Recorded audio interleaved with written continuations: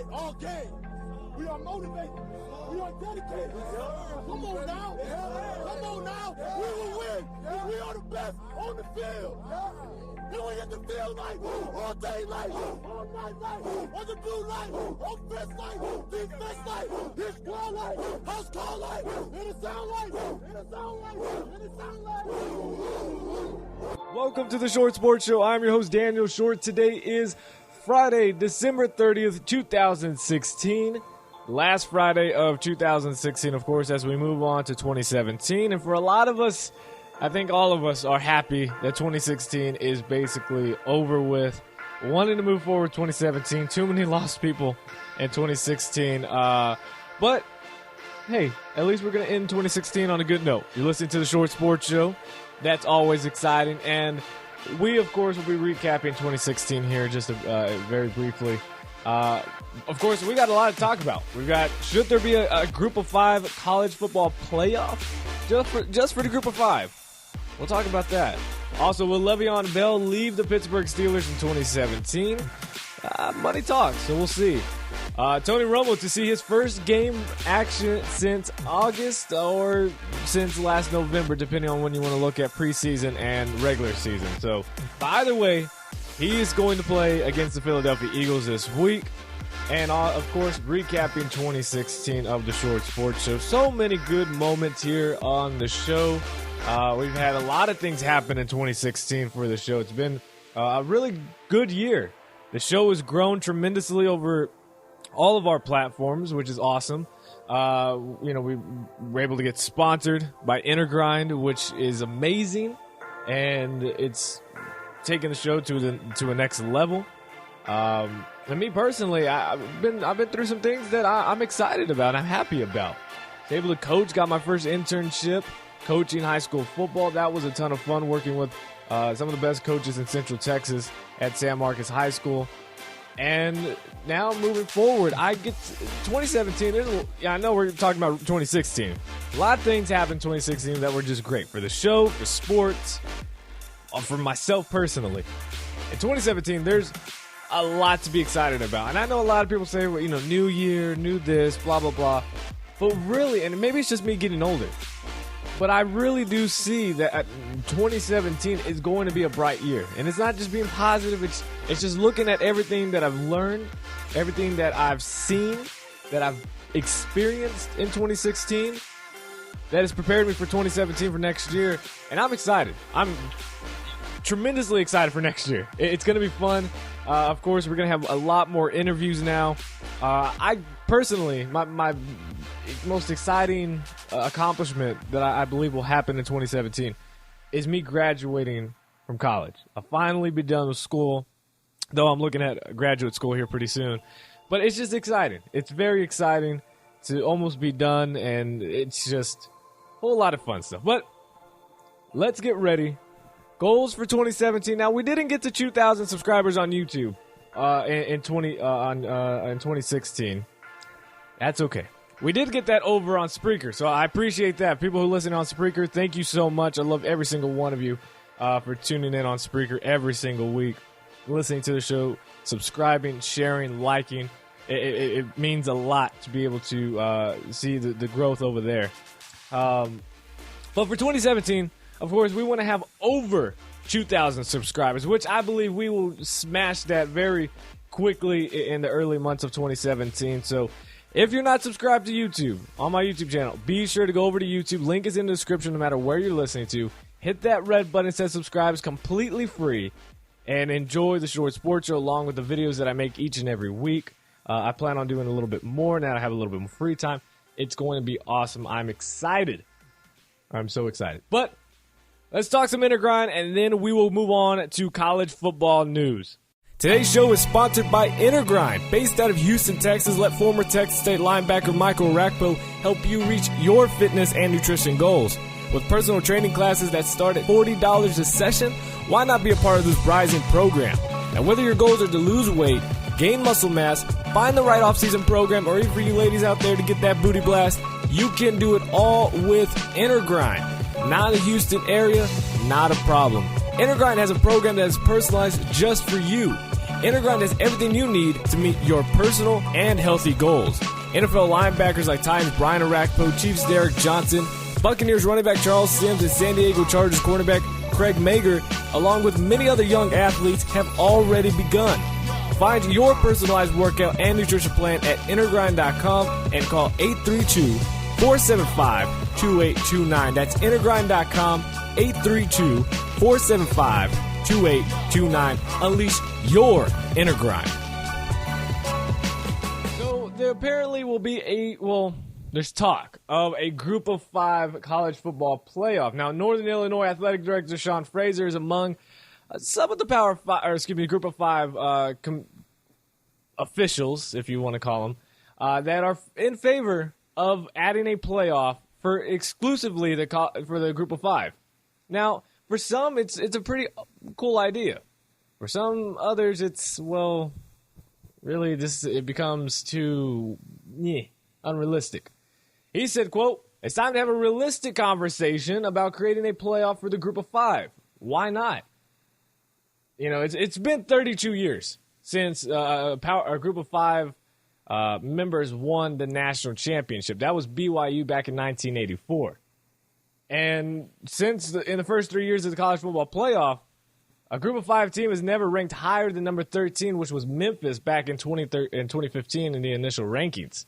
So they really haven't got a whole lot of love. And this is where I find the problem, though. He says there's absolutely no ability for us, teams in a Group of 5, to be in a national championship conversation. That's just reality. Anyone that says we can is a flat-out lie. Now, the Group of 5, in case you don't know, it consists of the American Conference, Conference USA, Mid-American Conference, the Mountain West, and the Sun Belt, including Independence and BYU, Army, and UMass.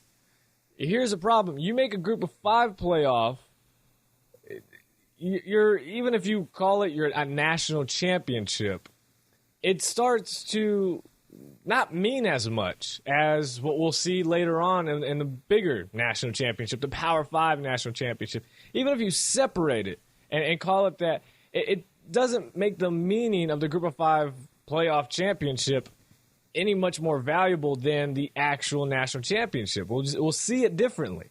So what's the point of having a Group of 5 playoff? I understand he wants more of a chance to get in, and that's where, instead of making this effort of a Group of 5 playoff, you continue to push forward with a 6 or 8 team playoff overall. That way you guarantee a spot for a few, maybe a couple of Group of 5 members to get in.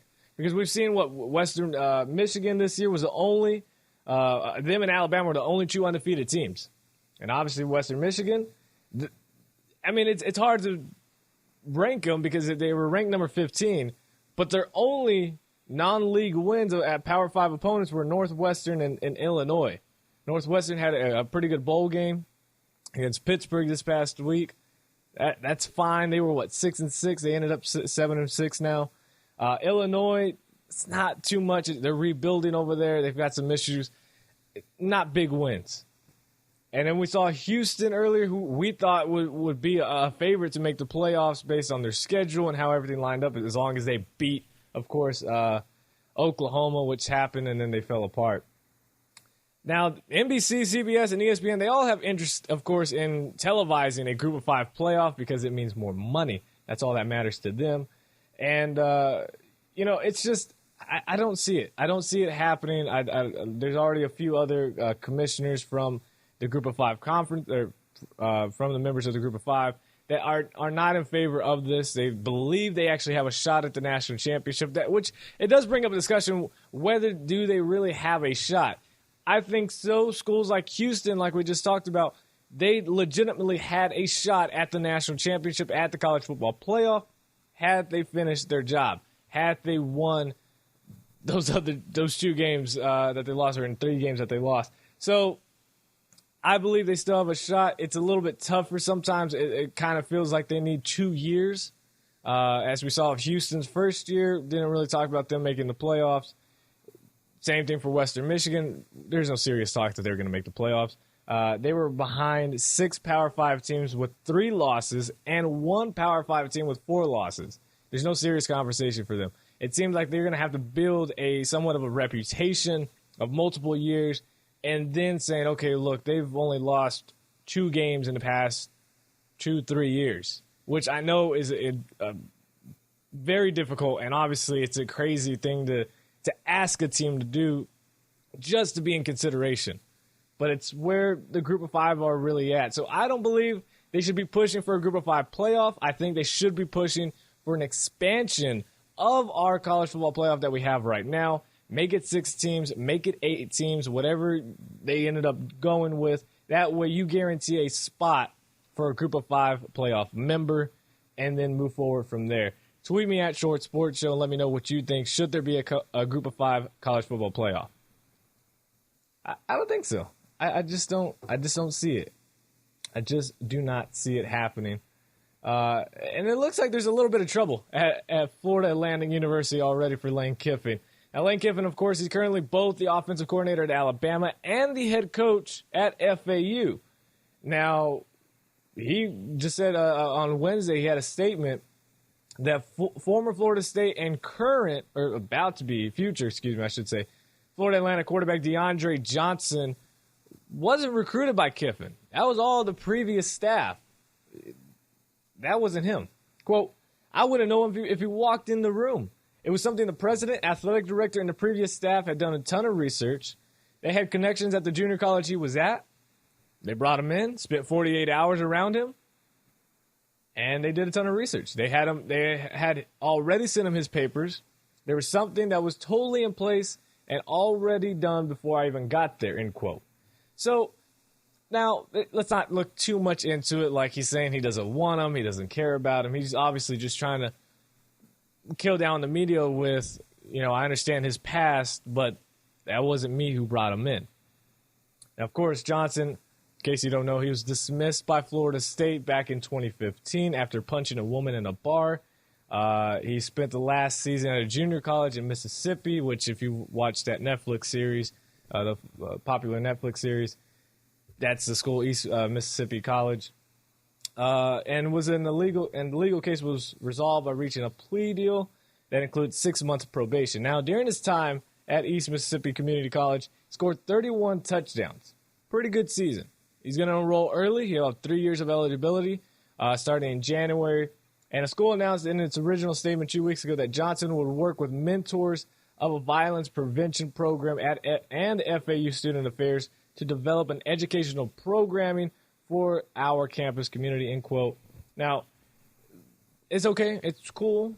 He's trying to get some help, I guess, at the same time. It's kind of weird that he hasn't made an actual statement. They've had the university make a statement for him. I look at that. I'm on the side of that seems a little bit immature. Again, it could be the school's PR that's just saying, we don't want you saying a word. At the same time, I would like him to say what he's learned and what he actually plans on taking upon that role, other than some just PR statement that we're going to get from the university. But that's just me.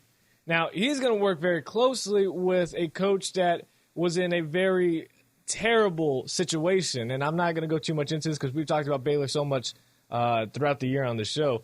He's going to work with, obviously, the new offensive coordinator, Kendall Briles. He held the same position at Baylor, of course. Art Briles, his father, was fired in May in response to a review of handling of sexual assault allegations made against students, including several football players. Kiffin had this to say, quote, I think the Kendall situation, I don't think because you're on the staff, there's an issue going on that no one said you're directly involved in the issue that you should follow, that it should follow you, excuse me. I think that's a different situation.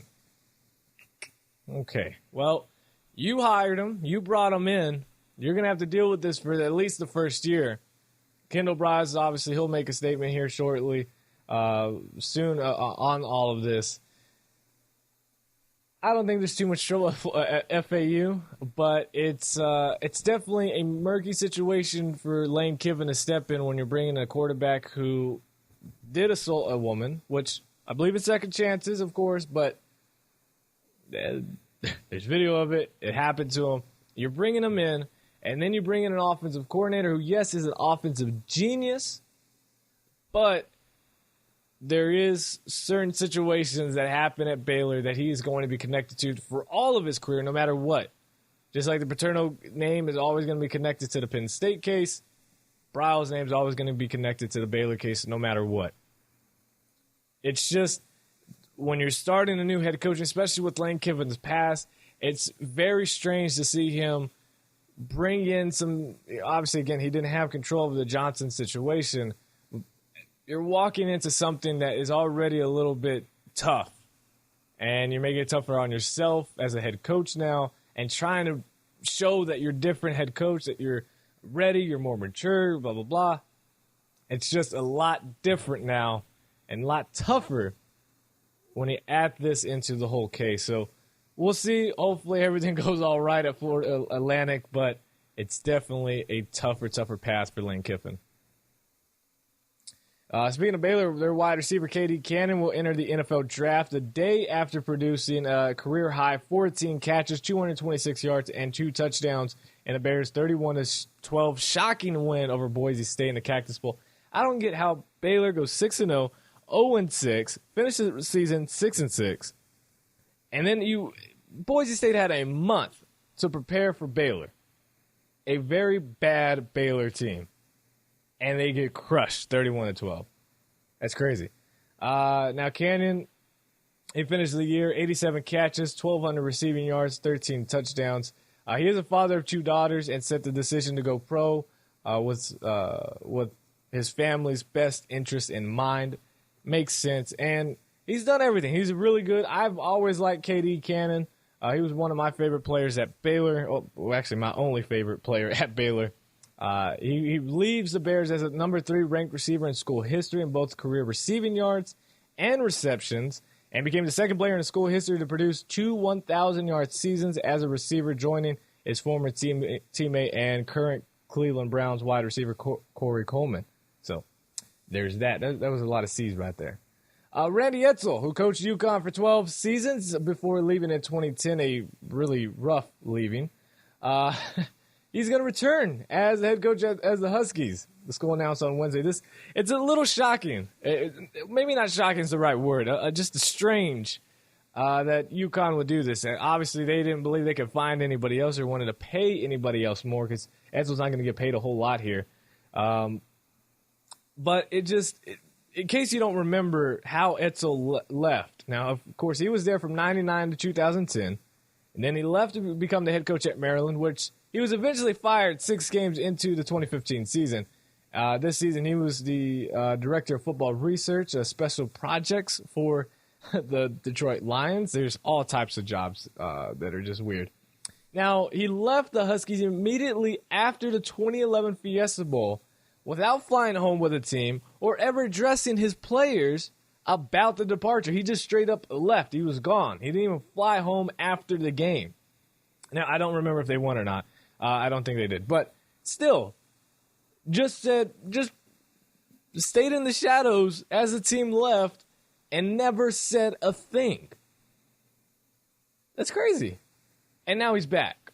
And of course, now he's like, oh, I've learned from it. I'm not going to make that mistake again. I would hope not. That's very unprofessional. It's very stupid. It's something a child would do. And you're bringing them back. It honestly reminds me of Texas State when they brought back Dennis Franchione just because they're rebuilding the program. But there were so many other coaches they could have got. They just didn't want to pay extra. So they said, hey, let's see if we could get a coach that was here before and see what we could do with it. Now Randy Edsall comes. He signed a 5-year deal with the Huskies. He replaces Bob Diaco, who was fired on Monday after 3 seasons. Edsall will receive $1 million base pay and can earn additional salary incentives based on performance and achievement. There will also be a $3 million buyout for both the coach and the school, which decreases annually by $1 million over the first 3 years of the deal. One thing I forgot to mention, I meant to say at the beginning of the show, I was at the Alamo Bowl last night. It was awesome. It was amazing. Shout out to, of course, my cousin Carlos and his girlfriend. His girlfriend bought the tickets for him on Christmas. She ended up not being able to go. He asked me, and I was like, Of course, yeah. So I ended up going, and it was a whole lot of fun. Now, this is a thing. So, of course, I have this rule, and I think a lot of people go along with this, of when you especially go to a bowl game, and whether it's your team or not. Now, see, Colorado and Oklahoma State, I like Colorado. I like them, especially after this year. I like them. I like their uniforms. I like their stadium. I like the program. I like their history. Sure, I was going to root for Colorado. Carlos, on the other hand, he was going to root for Oklahoma State. He has a buddy, Jordan Stearns, who plays there. That was cool with me, so we had fun. Now, I have this rule. In bowl games, in Super Bowls, you never want to buy a T-shirt or a hat of the team that you like that says they're in that bowl game or Super Bowl before the game. Basically, if they don't win, you don't want to buy it because it's all going to relate to that. For example, you don't want, if you're a Panthers fan, you don't want to buy a Super Bowl shirt, a Super Bowl hat, anything about the Super Bowl before it happened because you don't know if your team's going to win. And especially since they didn't win, you can never wear that shirt again. You can't. Sure, people are like, oh, yeah, sure you can. You can take it out. You're rooting for your team.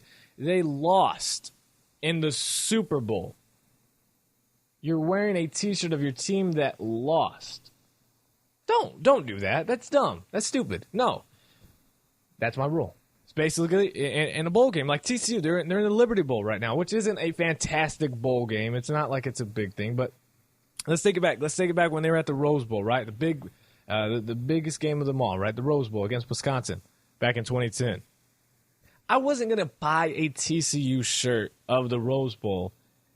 You know, people were saying, well, they made it there. That's a huge accomplishment. Yeah, sure. But if they lose and I have that shirt, I can never go wear it. People are just going to make fun of me and say, look, you're wearing a T-shirt of your team that lost in that big bowl game. I don't want that. So I usually wait until after the team wins, if they do. And if they do, I'll buy the shirt. Because guess what? We won. It's awesome. So, of course, we get there.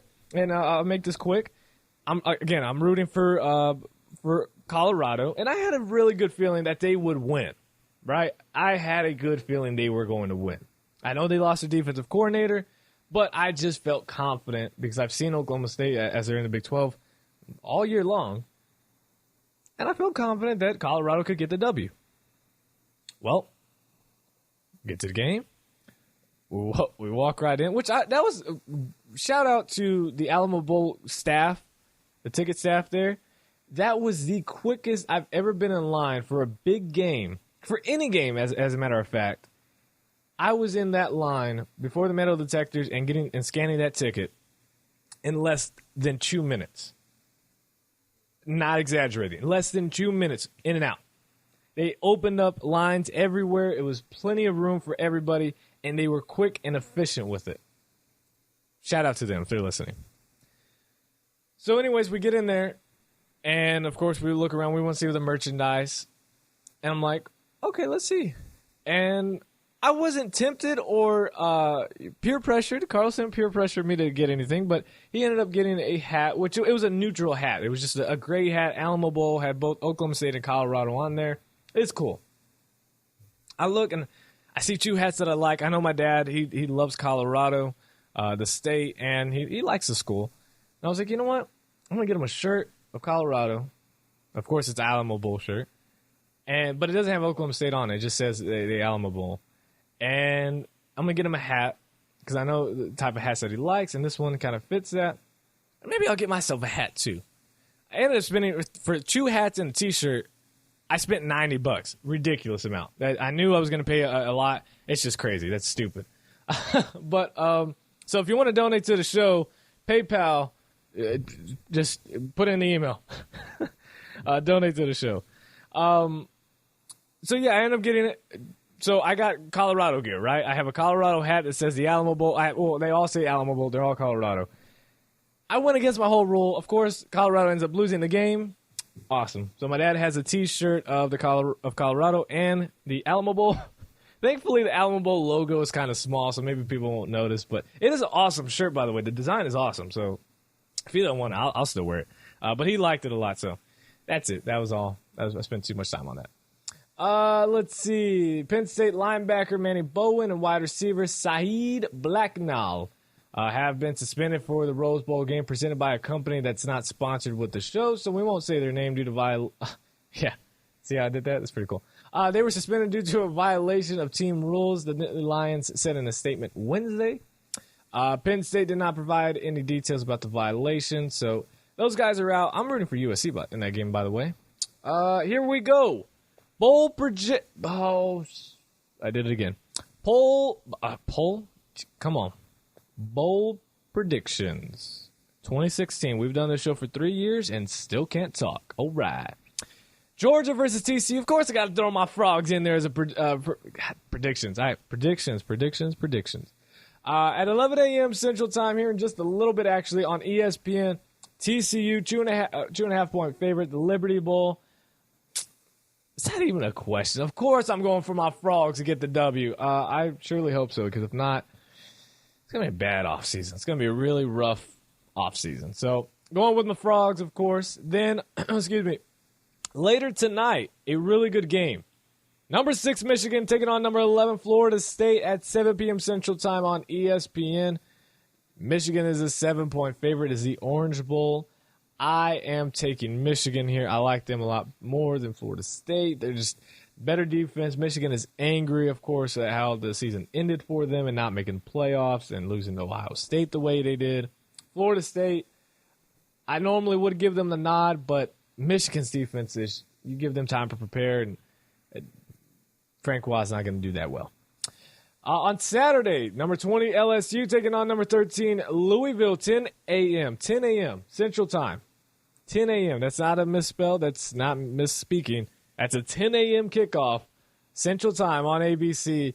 LSU, 3.5 point favorite. It's the Citrus Bowl. I'm taking Louisville, actually. I like Louisville. I think they can obviously outscore LSU. So I'm taking the Cardinals here. Lamar Jackson, the Heisman winner, in his showcase to show that he is a proven Heisman winner. Here it is against a really good defense. I'm taking Louisville. And, of course, number 4, Washington taking on number 1, Alabama, 2 p.m. Central Time on ESPN. Alabama, a 13.5 point favorite. Incredible amount of favorite. In the Peach Bowl, the college football semifinal, the winner, of course, moves on to the national championship. I want to go with the Huskies. I want to rock with the UW Huskies so very badly. But I know it's not going to happen. Alabama, they're just an anaconda.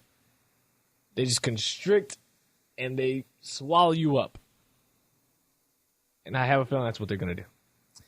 I think it'll be maybe a shootout in the first, maybe the first half. And a shootout, probably 17-17, something like that. And then it just shuts down from there.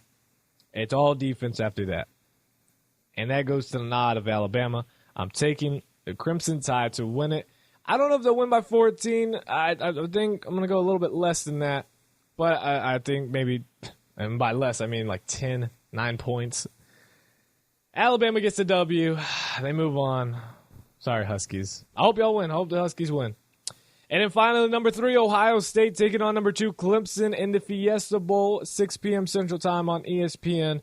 Ohio State, a 3-point favorite. I am taking the Buckeyes here. I think they're the better team. Deshaun Watson, let's see what he can do. Could it be this could potentially be his last game in college football. But I am taking the Buckeyes to win this game. Let's say 34-23.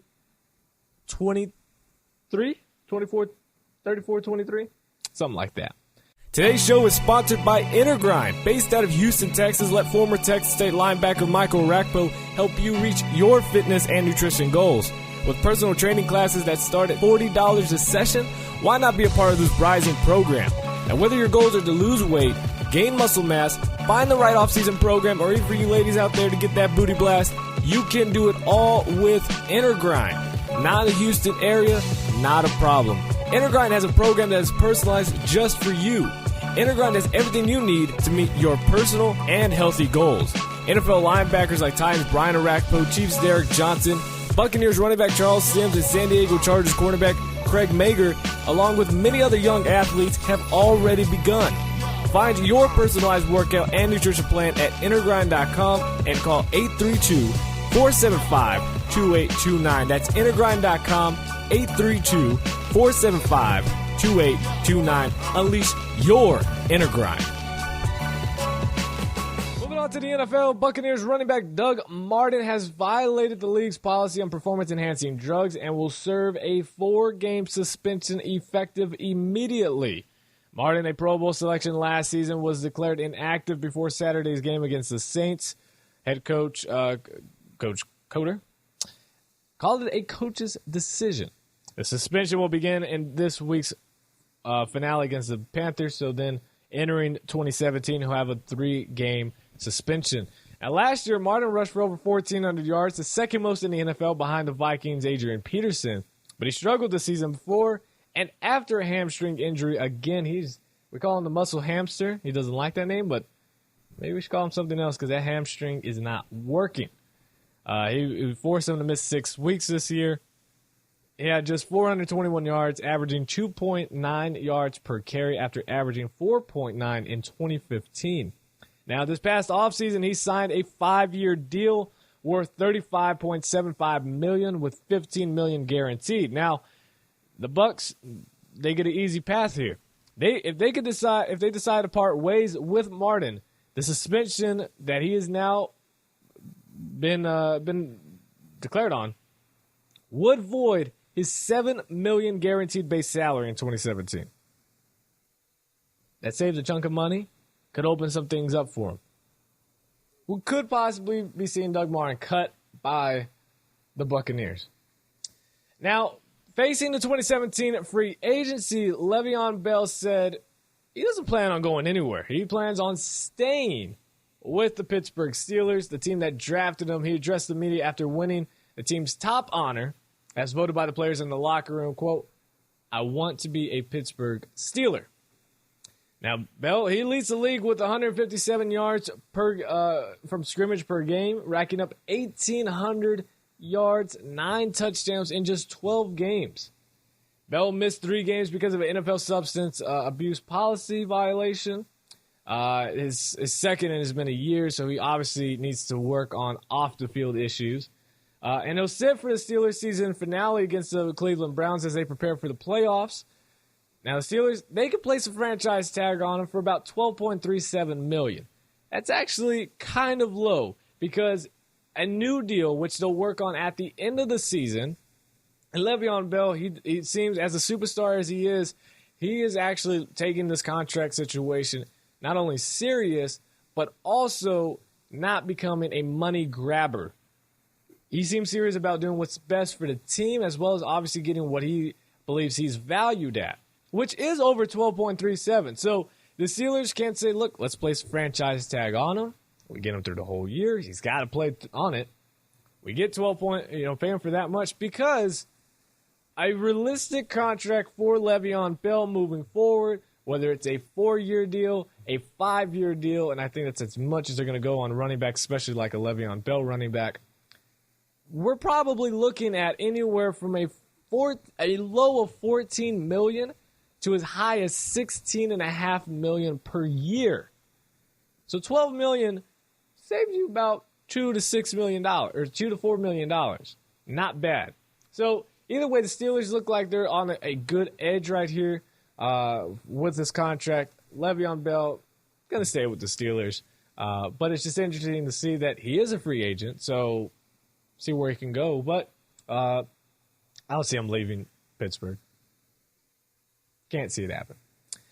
The Dallas Cowboys to play Tony Romo in the season finale. Now, I had a segment for this because when I was getting the show ready yesterday and the day before, it looked like they were going to sit him. And I was completely against it. I was like, why do you want to sit Tony Romo? You shouldn't sit Tony Romo. You should play him. Because I'm on the side of they should trade him. Now, Tony Romo is expected to see his first game action since Thanksgiving of 2015 in the regular season as they get ready for the Philadelphia Eagles this week. Now, Dak Prescott is going to start. He's attempting to set the NFL record for wins in a season by a rookie quarterback. Romo and Mark Sanchez are expected to play, but it has not been determined how long they will do so. Now, Romo, he hasn't played in a regular season game, of course, like we said, since Thanksgiving of 2015 against the Carolina Panthers, where he suffered a broken left collarbone for not once, but twice in the same season. Now, I think we can all agree that Romo will be playing for another team in 2017. If you really think he's staying with the Cowboys, okay. That's all I'll say. It's okay. The Cowboys, they should definitely trade him. Get what they can for him instead of letting him walk. And don't give me he's done so much for the team, it would be wrong to trade him to, the Browns or whoever. Nope. No. Winning 1-2 playoff games in his entire career is nothing to brag about for Romo. Trade him. Get extra picks in the draft. Fill the other needs that they need. A defensive tackle, a wide receiver, a tight end to replace, Jason Witten. And I like O.J. Howard from Alabama or Miami's tight end, David Njoku. I don't know if the J's silent. It's Njoku. That guy's really good. Or safety, etc. Doesn't matter. It's time to move on from Romo. Get him this playing time. Let him play. I don't care if it's the second. It should be maybe basically treat it like a preseason game. Dak plays the first quarter. Maybe a little bit in the second. Then Sanchez comes in for the entire second quarter. And then you just throw Romo in there. Third and fourth, baby. Throw Romo in there and see what he can do and use it as film to trade him and get his ass out of Dallas and get what you can. I'm not a Romo hater. It's just you've got to look at your future. If you're serious about you thought you were just going to be rebuilding the Cowboys right now. Instead, it looks like you might have started a dynasty. So build on that. Don't settle for we can work with this for a few more years and just let the draft take care of itself. Get what you can. You could trade Romo. Arizona will probably take him. Jacksonville will take him. Cleveland might take him. And Cleveland and Jacksonville, good amount of draft picks. Get what you can. Fill those extra needs because they definitely need a defensive tackle. It looks like David Irving is going to build into a guy that can rely on, unlike, what's the other guy? Randy Gregory. You can't trust him. Get a linebacker. Sean Lee, thank God he stayed healthy somehow this season. Got to get prepared for him getting hurt. He could get hurt shooting against the Eagles. Get another linebacker. Rolando McClain, you can't trust him anymore. He's gone. Morris Claiborne had a pretty good year. Wasn't great. Still got hurt. When he was on the field, did play pretty good, but you got to be ready. Scandrick, he's still got a little bit of burnt toast on him. Just a little bit. Just a little toast on him. You don't have a safety. Barry Church, he's washed up. Wilcox, not good. You've got to build on another safety. You got to have another DB back there. And thankfully, guess what? This draft is filled with safeties. It is incredible. You can choose from the litter, choose from the picking. You've got a ton of safeties. There are a lot of players in this draft and in free agency that the Cowboys could go get if they make the smart move. Make the smart move. Trade Romo, get what you can, and get him out of there. Sorry. New Orleans Saints quarterback Drew Brees insisted Wednesday that he feels the same way he felt a year ago. He absolutely thinks that head coach Sean Payton will stay. Quote, I've heard some of the same stuff that I heard last year, and I felt like I had a pretty good feeling last year, and I don't see why it would be any different this year, end quote. Now, Sean Payton did seriously consider the idea of moving on to another team last year. The San Francisco 49ers emerged as one possibility that Payton considered, and the Indianapolis Colts showed some level of interest.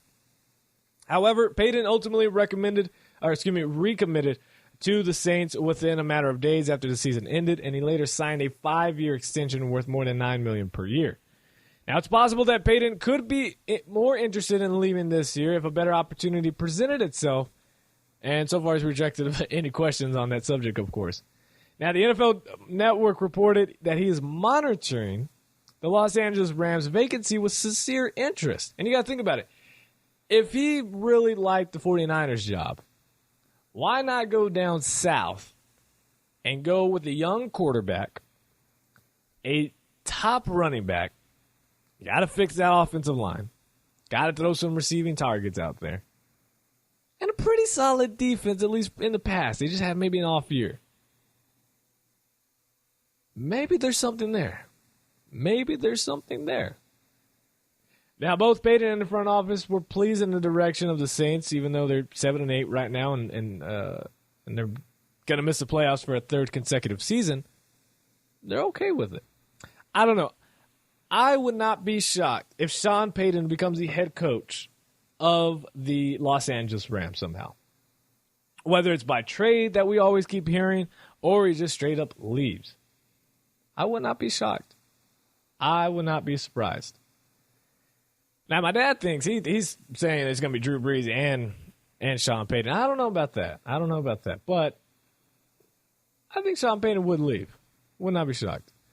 A last bit of news before we go on to our predictions, and it is coaching news. Former New York Giants head coach Tom Coughlin interviewed Wednesday with the Jacksonville Jaguars. Now, Coughlin, of course, was the first coach in Jaguars history and guided the franchise a 68-60 record and a pair of AFC Championship games appearances from 95 to 2002. He also served as a general manager for the Jaguars, and the team got into some salary cap trouble toward the end of his tenure, having to trim about $30 million from its payroll ahead of the 2001 season and $20 million ahead of the 2002 season. It was a big reason the Jaguars had 3 consecutive losing seasons after going 14-2 in 1999 and reaching the AFC title game. Now, the Jaguars, they fired Coughlin in 2002, of course, and the Giants hired him in 2004, and he went on to compile a 102-90 record and win 2 Super Bowls, of course, having that big upset against the undefeated Patriots back in the day. Now, Coughlin, he resigned in January after 12 seasons with the Giants and is currently the NFL's senior advisor to football operations. I wouldn't mind seeing him back in Jacksonville. I wouldn't mind. It'd be kind of cool. I think he's just a little too old now, though. I think that's going to hurt a few things. I think it's time for him to go ahead and just quit. But if he decides to come back, Jacksonville's the best spot for him. Let's go ahead and do our predictions and wrap up the show. 13-2 Patriots taking on the 10-5 Dolphins. 12 p.m. Central Time on CBS. New England a 9.5-point favorite. I like this game. I do. Patriots, they be smart. They just go ahead and sit Brady. There's what you've got the AFC West. You've got AFC East. You've already got the first round bye. What's there to play for? Let the Dolphins celebrate. Let them get their win. I think if Brady sits, of course, I'm going with the Dolphins to win. If they don't, taking the Patriots here. Then the Cowboys taking on the Eagles, 12 p.m. Central Time on Fox. Philadelphia is shockingly a 3.5-point favorite. I'm taking the Cowboys to win, whether it is a Mark Sanchez or a Tony Romo leading the team at the end of the game.